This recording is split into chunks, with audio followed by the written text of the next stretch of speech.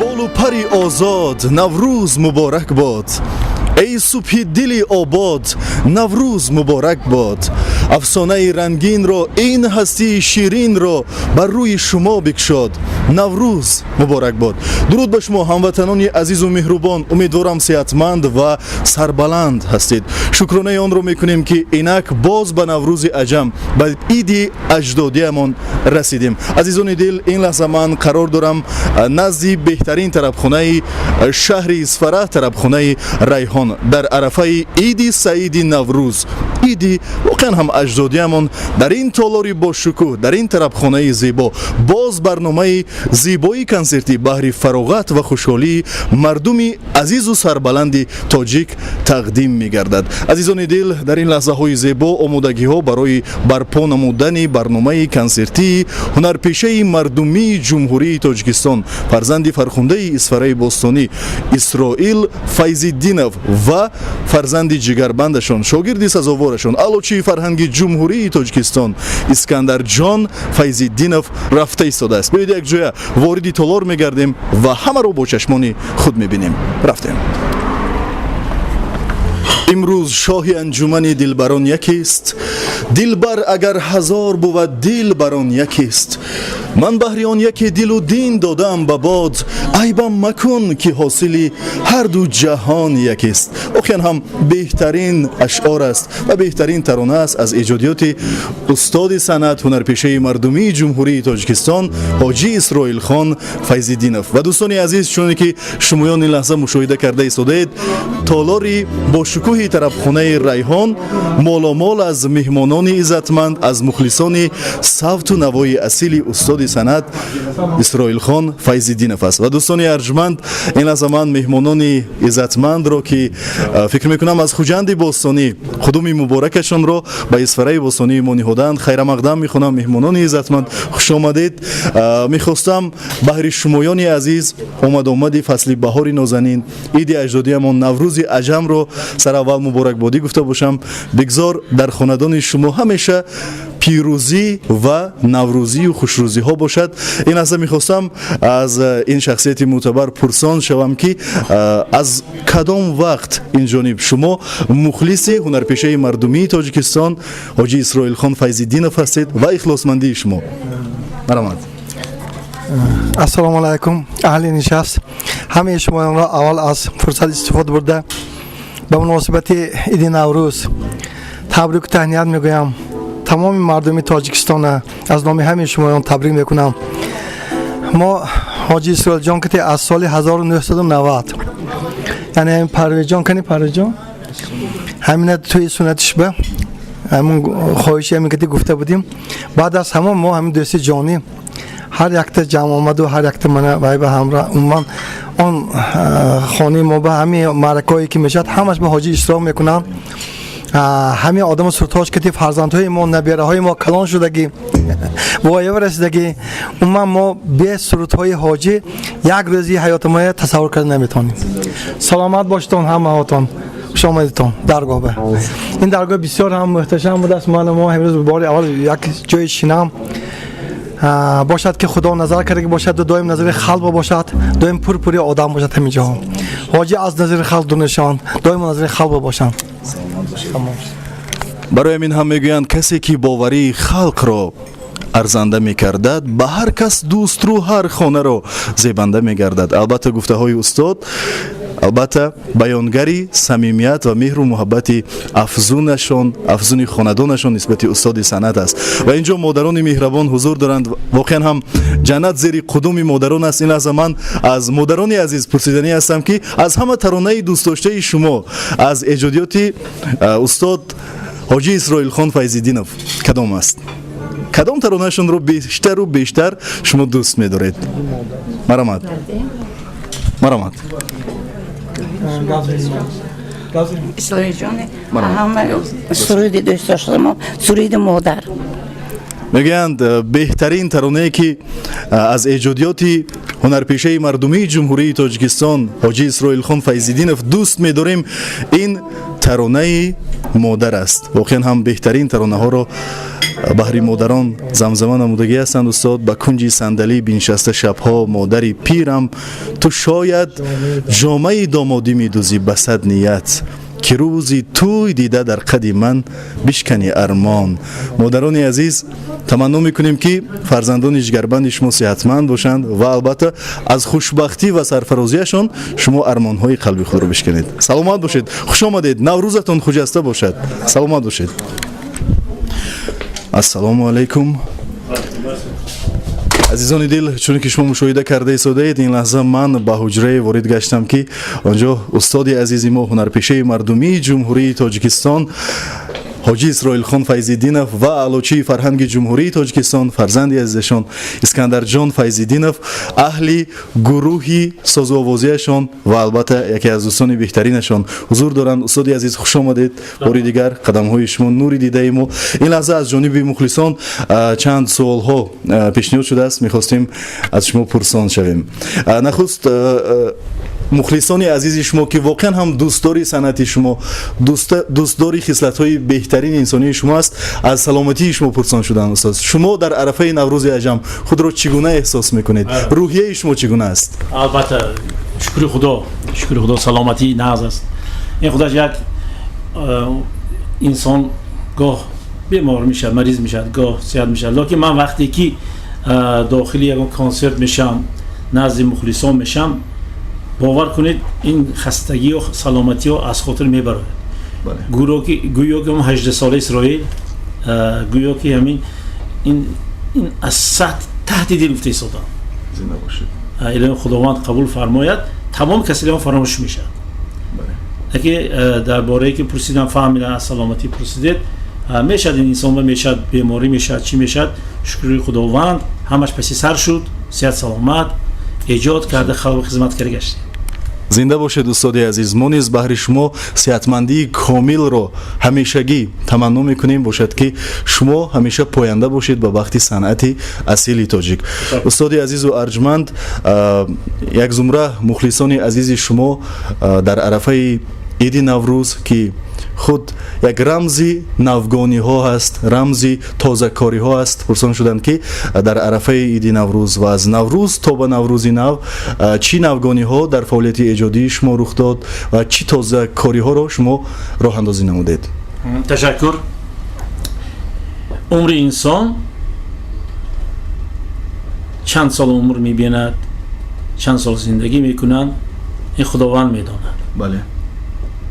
لیکن در انسان های هستند که در بسیار عمری خداوند طولانی کلان دادگی در عمرشون یکون برای منفعت خلق، برای ملت یا برای چیزهای کم میمونند.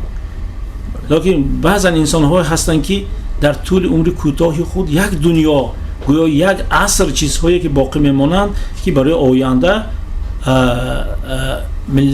خلقیت بسیار تکانی علمی میتید، تکانی کاری میتید. یک شعر هست که یک شعری خوشرو هست میگوید که ما باید در حیات شعاری من همین است که از روز باید سال کرد، از سال باید عصر کرد. ما باید از روزا ما استفاده بریم، از هر یک ساعت و دقیقه های گذشته استفاده بریم، چون که نمیدانیم که پگاه چیکار میشود. استفاده برای همین بریم که فقط برای نفع جمعیت باشد، برای نفع خلق باشد، برای نفع آنی که از خود نام نیک مانده باشد. نوروز این زنده شوی، بیدار شوی طبیعت است. انسان مثل یک گل یا مثل یک درخت نیست که هر سال یک بار پژمرده شود و باید از نو زنده شود. انسان یک بار به دنیا می بیاد، یک بار از آن می رود. و برای انسان خداوند عقل و فهم و فراست دادگی، بسیار چیزهای دادگی است که انسان در حیات خود کوتاه خود دراز خود میتواند در خود بهشت خود را انتخاب کند. و این بهشت آن چیزی است که آن چیز نیکی هایی که برای خلق میکنه، به فکرم همین را خداوند میکنه. خیر از این بهار تا این بهار البته از روی گفتی من فهمید که ما بسیار حرکت میکنیم که هر سال من جنبش میگم چیکار کرده باشم. البته اگر وزن ترازوی بسیار کار کردگیم بسیار چی باشد من بسیار خرسندم که سالی بسیار پربرار شد. یعنی که دوستانی عزیز از نوگانی هایی که استاد از نوروز تا به نوروز بهر شمایان آموده نمودند در برنامه کنسرتی امروزه البته شما آگاه خواهید شد در هفته هنرنماییشان. البته دوستانی عزیز و ارجمند از نام هر یک شمایان بهر استاد صنعت هنرپیشه مردمی جمهوری تاجیکستان استادان حاجی اسرائیل خان فیض‌الدینов جهانی سپاس بیان میکنم بهر پاسخهای واقعا هم عمیقشان. و این لحظه پهلوی من قرار دارند اسکندر جان فیض‌الدینов ادامه راهی با شرفی پدر میگن که میراث پدر خواهی علم پدر آموز که مال جهان خرج توان کرد. با دو روز واقعا هم استاد بهر اسکندر جان راهنما هستند و ایجادیاتی که اسکندر جان پیشکشی مخلصان اصیلی خود میسازند از این درک میدهد. و این دم سوالی که مخلصان درخواست نمودند این است که اسکندر جان آیا عاشق است و عشق از نگاه اسکندر چیست؟ مرحمت. تشکر زیاد. اولا سلام خود را برای تمام بینندگان برای تمام هموطنان عزیز میرسانم که ما رو هم از داخل کشور هم از بیرون از کشور تماشا میکنند. تمام مردمی تاجیک را به مناسبت عید نوروز تبریک میکنم. بگذار تا به نوروز دیگر همه ما خداوند باز رساند. البته همه ما عاشق هستیم. عاشق چی است؟ این مهر الهی است، مهر خداوند است، مهر به والدین است، پدر مادر، به وطن. البته به عشق زندگی کردن این معنا ندارد. عشق بر زندگی، عشق بر حیات زیبا همین است. زنده باشد. چون که استاد در یک ترانه زیبای خود می‌سرایند دوستان تا عمر باشد هر بهار عاشق شوید. بهترین ترانه است و ما نیز تمنا می‌کنیم که اسکندر جان هر بهار نو و نو تازه به تازه شما عشق داشته باشید، عاشق گشته باشید به هنر والای خود با مهری تازه. و اینچنین اینجا یک سوالی غیر چشمداز نیز به ما اونده رسید. نخستین برآمد شما در صحنه هنر اسکندر جان کی بود و کدام ترانه را شما سروده بودید؟ تشکر زیاد. نخستین برآمد من همچون اما از خوردی راستی گپ صنعت رو که دوست می داشتم برآمد میکردم، لیکن همچون چی میگن قدم های خود رو همچون صنعتکار موندگی با سرودی که پدرم خوندگی بودن آرایش جوانی هم عشق تو بود. این هم اولین سرودی بود که همین سرود که من بس صحنه هنر قدم گذاشتم. زنده باشید. اگر امکانیتش باشد کمی زمزمه میکرد همین ترانه رو به طور زنده. مرحمت. آرایشی جوانیم عشقی تو بود و مرد، گلبانگی شادمانیم عشقی تو بود و مرد، بالم دیگر شکسته و اوجم نشسته است، پروازی آسمانیم عشقی تو بود و مرد، پروازی آسمانیم عشقی تو بود و مرد. زنده باشید. بهترین ترانه است. باشد که بله همین سرود این سالهایی که ایجادیات که سال اگر فکر سال 83 باشد رحمت بابا اسکندر خان بسیار دوست می داشتن. در دم آخران کسلی هاشون در سری و ایشان بالین بیماریشان بسیار حافظی های میمانم قرتشه و بسیارتر همین سرود گوش میکردم.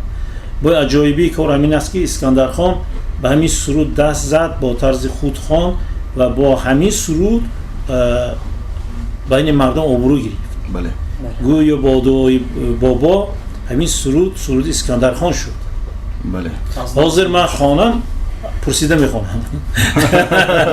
زنده باشید. البته برای شما همیشه اجازت است، چون اون ترانه‌ای که اسکندر جان فیض‌الدینов ایجاد میکنند البته با راهنمایی شما از ترانه‌های شما الهام گرفته زمزمه میسازند.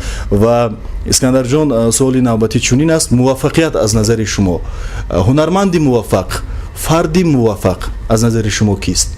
تشکر زیاد. موفقیت در هم در ساحه ما دور نمیریم چی است؟ این البته وقتی که ما مهنت میکنیم، وقتی که ما از پی ایجاد یگان سرود میشویم، وقتی که اون سرودی ما چی میگن از ته دل برآمد، وقتی که سرود ما صمیمی ایجاد کردیم و یک شنونده هم رو مقبول کرد، این البته موفقیت است. چون که نه همه اون سرودهایی که پیشکش کرده میشن برای خلق پسند میآید، بسیار کار دشوار است. برای همین از فکر من موفقیت این محبوبیت خلق به دست در آوردن است در صنعت ما. سلامت باشید. و دوستان عزیز، سوالی آخرینی که از جانب شما پیشنهاد کرده شده است، من بازم پرسان میشوم. فکر میکنم با این سوال نفری که برنامه‌های کنسرتی اسکندر فیض‌الدینов رو تماشا میکند یا اینکه کلیپ‌هایش رو تماشا میکند، من فکر میکنم با این سوال خود با آسانی پاسخ میگیرد، چون از قیافه زیبایش معلوم است جواب این پاسخ. و بازم پرسان میشوم، مخلصان شما درخواست نمودند که با کدام نمودی ورزش شما سر و کار دارید و آیا با ورزش عموما سر و کار دارید شما؟ مرحمت.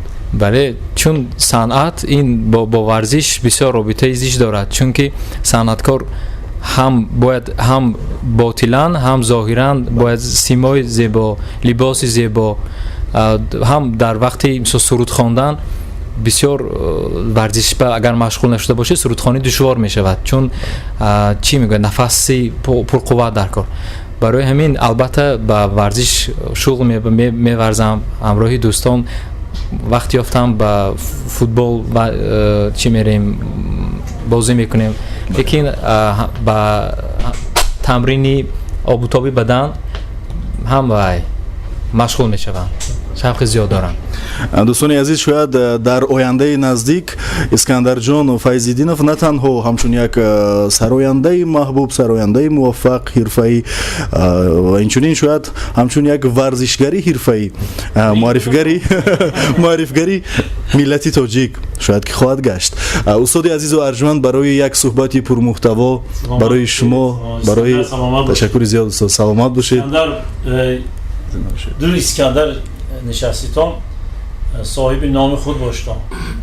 شما نام بسیار بزرگ دارید. من بسیار من میفخرم که اسکندر فرزندی من هستی، در بین مردم محبوبیت داره. من هم دعا کرده بودم، همین آرزو دارم که صاحب نام خود باشید و فقط پسند خلق و پسند من باشید. تشکر زیاد استاد، با دعای شما زنده باشید. تشکر زیاد میگویم باری دیگر با اسکندر جان فیض‌الدینов، با مهمانان عزتمندی که این لحظه ما رو همراهی نمودند در برنامه زیبای کنسرتی، در برنامه زیبای نوروزی که در پیش دارید. بهر شما الهامی تازه و البته خوشحالی کلی مخلصان را خواهان هستیم. من یک چیز را گفتنی هستم، اگر سرگپی نشود من بسیار بر اهمیت میدیم بگم که صنعتکار برد و باختشه. لیکن بسیار وای شدم که بسیار خرسند شدم وقتی که اینجا تشکیل کردن ریحان. این ریحان یک در صحنه میگم اینجا بسیار کارهای نیک کردم، اینجا ساختمان کردم، لیکن همین برای همینجا رو معرفی کردن، برای به نوار گرفتن به خلق نه فقط کشور تاجیکستان به دنیا معرفی کردن، این مهنت رژیسور است. و کسان شاگرد اصیلی من هستن عبدالجلال و برباری میخواهم یکی از رژیسورانی با مهارت. من حیران، همه من دعا کردم یا بزرگم آمده کارت یاد آورد. زنده باشید استاد عزیز. میگویند که بزرگان رو بزرگان زنده می‌دارند. این دعاهای چون یک فردی بزرگی ملتی تاجیک است که لی شاگردان در جاده‌های فعالیت خود موفق هستند. استاد عزیز پاینده باشید. تشکر زیاد. زنده باشید. و دوستان عزیز بار دیگر خاطر رسان می‌کنیم که این برنامه زیبای کنسرتی راه اندازی شده است از جانب طربخانه با شکوه ریحان در همکاری با شبکه یوتیوبی جلال مومینов و استودیوی جلال. سربلند و جاوید باشید.